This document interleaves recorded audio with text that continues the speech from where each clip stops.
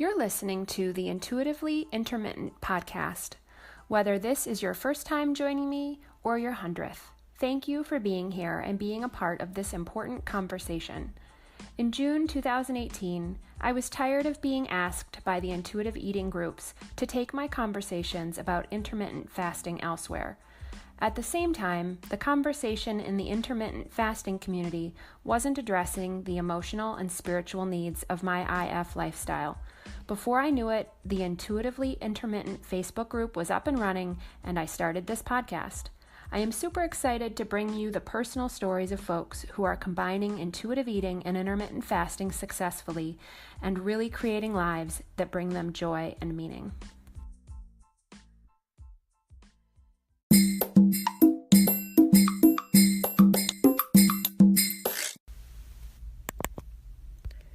One of the things that's most helpful for podcasters is for folks who listen to subscribe in the app of their choice and also to leave a review. And so I wanted to share with you a review that was left within the Apple Podcast app. And this is from Lady Di 1426. She gave the podcast 5 stars and she says, "Inviting, honest podcast that made me think more deeply about hunger.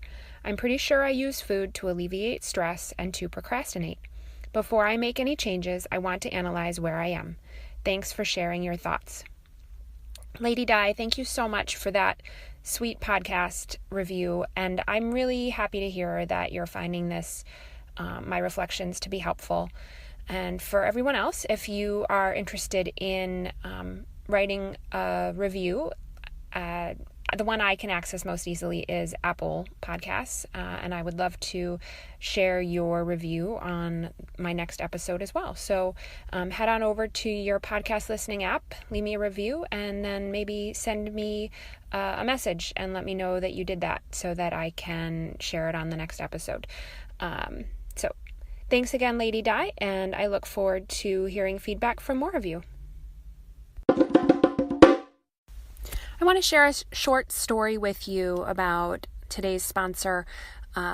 So if you have ever looked up a recipe and like taco seasoning, for example, and maybe your taco seasoning calls for paprika and it only calls for like a 1/4 teaspoon, and you look in your pantry and you don't have any paprika, so you go to the store and you get it, and then you find that you still have some leftover paprika 3 years later because you very rarely need that spice. So that is one of the reasons why I am a huge fan of Wild Tree products. So Wild Tree products include a large variety of spice blends. The spice blends are created by nutritionist and dietitian, and they are very balanced without having to figure out how to combine, all of the various spices that go into it. And the nice thing about that is, like, if I'm in the mood for taco stuff, I can get out my taco seasoning. Or if I'm in the mood for fajitas, the spice combination is slightly different, but I can go to my pantry and get the Wild Tree fajita blend. So it really makes it easy to sort of eat intuitively based on my mood without having to find the perfect spice blend recipe or go out and get that one spice that I don't have any of and then I'm not going to use for the next 3 years. So, I don't know, think about the spices that you use, and if you have a specific one that you don't use very often, let us help you find one that might be a good fit for you from the Wild Tree selection. You can learn more about Wild Tree. The easiest way to do that is to download the free Wild Tree Meals app. And when you do that, be sure to use code Z4F7R. That will let Wild Tree know that you want to work with Christy and I, and we can help you get started on your journey. Breaking out of the diet mentality and diet culture is not a one-time thing. It's definitely an ongoing process, and I thought it would be helpful for me to reflect back and share with you on my victories from this past week. So there was a few things that happened that are sort of noteworthy. You've heard me talk about in prior episodes potentially that I combine intuitive eating and intermittent fasting. And one of the primary complaints of intermittent fasting is that it becomes just another rule. Like you can only eat within a certain time window or you have to fast for a certain duration. And so in aligning with my intuitive eating goals, it's really important for me to pay attention to how rigid I'm in interacting with intermittent fasting. And so this past week, I found myself hungrier before my eating window was set to start. And my primary job there is to reflect back on, is this real hunger, or is it, I'm trying to use food as a distraction mechanism or whatever. So one of the things I have to do is reflect on that. And then if I decide that I am physically hungry, my job as an intuitive eater is to honor that. And so this past week, I think I broke my fast at 11:30 one day. I think I broke my fast at 12:30 one day. And then there was another day where it was 1:30. And all of this being said, my intended eating window at this point is generally 2 p.m. to 8 p.m. So I went with the flow, and then had to be very mindful about not feeling guilty or not having any regret about doing that, and just trusting that my body is telling me what it needs, and then to listen to that. And then also on that same topic, I found myself craving more carbs this week than in other weeks. And carbs are often the most accessible energy source for our bodies to digest. And so I tried to honor that. And so I did eat some more carbs than prior weeks. And then the challenge was not to modify my behavior after that, right? So I had a lot of carbs in the middle of the day. That doesn't necessarily mean that I need to eat a lighter dinner or anything like that. And so those are just a couple of the victories that I had this past week. If you would love to hear more conversations about that and maybe share some of your personal victories, I would invite you to head on over to the Intuitively Intermittent Facebook group. And that's the kind of stuff I love talking about over there. And we have a great community where folks share and support one another. So head on over there, request to join, answer a few simple questions, and then I'll look forward to engaging in conversation with you.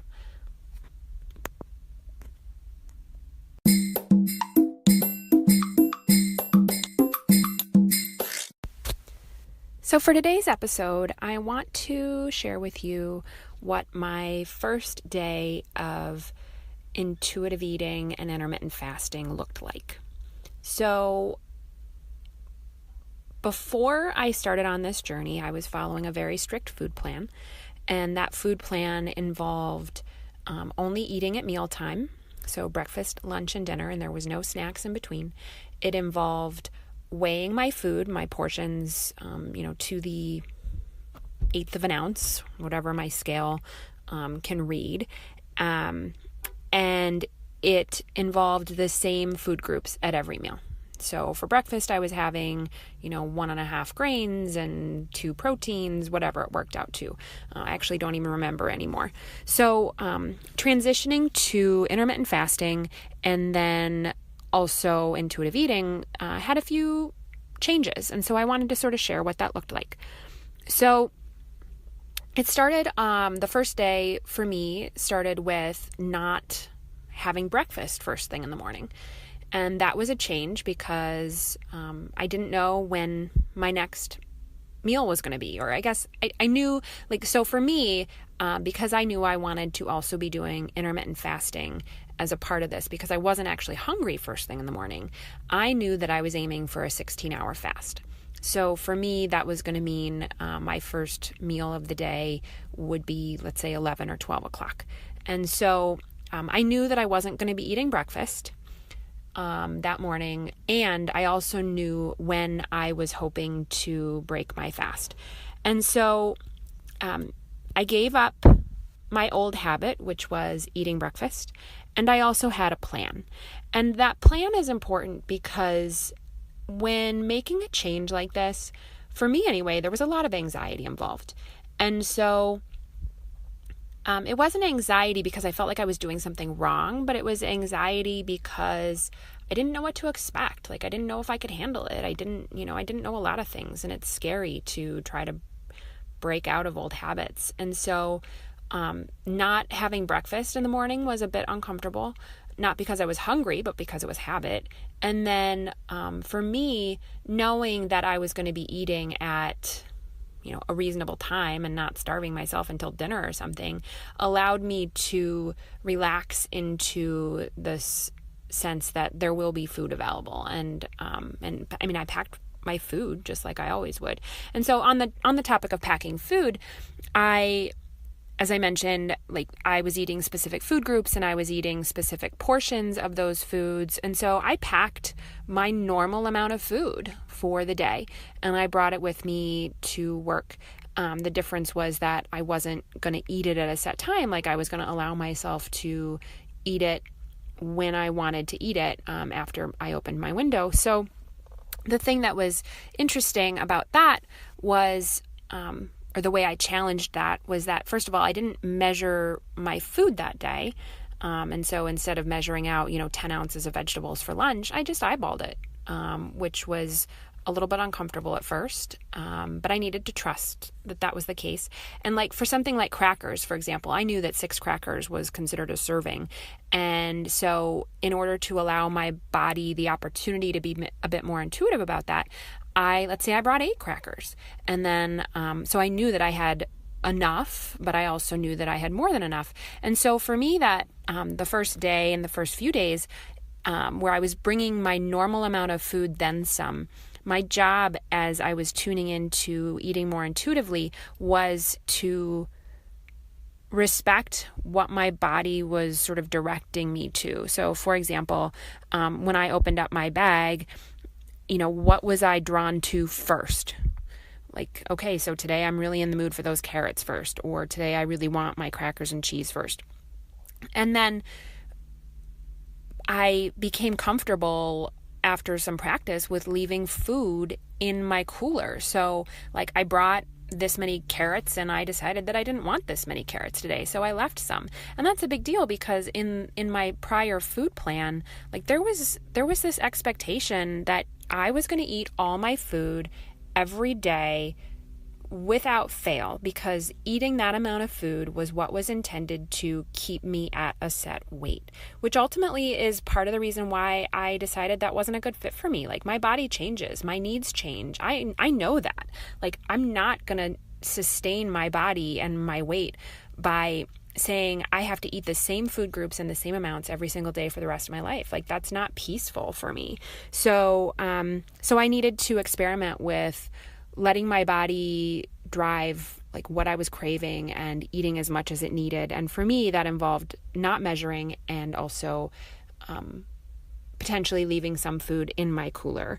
And the other thing I did that first day, which I feel good about, was like, wouldn't it just, coincidence that the first day I decided to deviate from my prior food plan, somebody at work brought in some really good donuts. Like, at work, we have so many people in my group are the word obsessed has like this negative connotation, but we are donut aficionados. And in Philadelphia, there are a lot of really good donut places. And so this first day where I decided that I was going to reincorporate sugar back in my diet, wouldn't you know that one of my coworkers brought in these really good donuts. So I decided that I was going to venture into it. But I also knew that I was going to honor my eating window for that first day.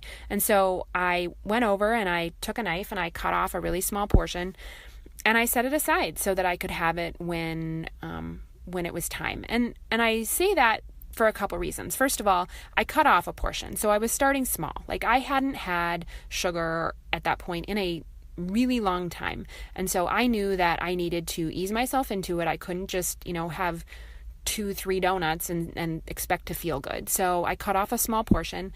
And then second of all, I know that if if I put that in my body with no other food in my stomach, it's probably not going to make me feel very good. And so I ate it as a bit of a dessert after I had my first meal of the day. And the things that I remember reflecting on as I was eating this was, first of all, it was good. Second of all, I didn't need more than I took. Like, I think I took like a quarter of a donut, and that was plenty. Like, it satisfied my craving. I didn't have to go back for more. And it also didn't really impact how I felt. Like, it was enough without being too much. And so the lesson for that is, like, if you are embarking on this intuitive eating journey in particular, like, you're going to have to try some of these foods that maybe scare you. And that is challenging, and it's a little bit scary at first, but certainly you can do it.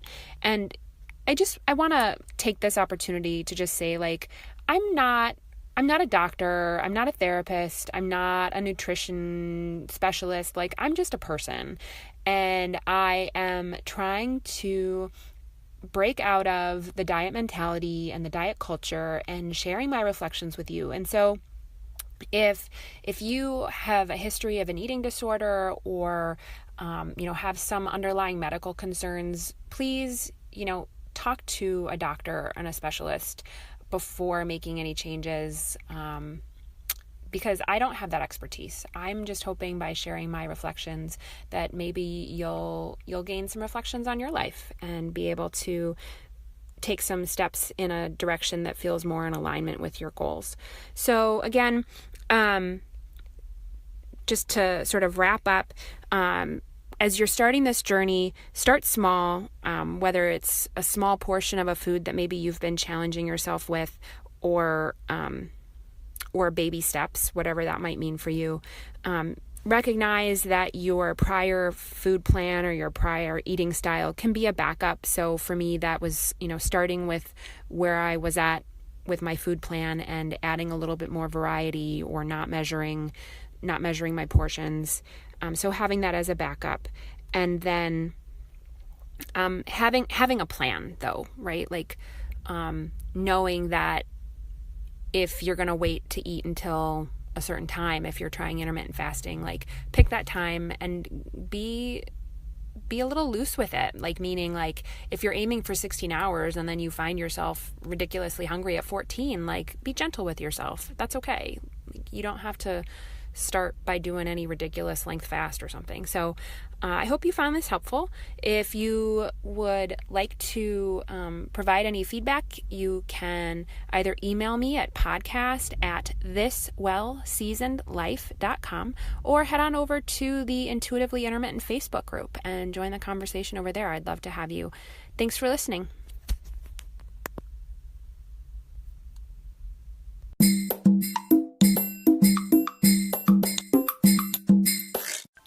Thank you for tuning in to this episode of the Intuitively Intermittent podcast.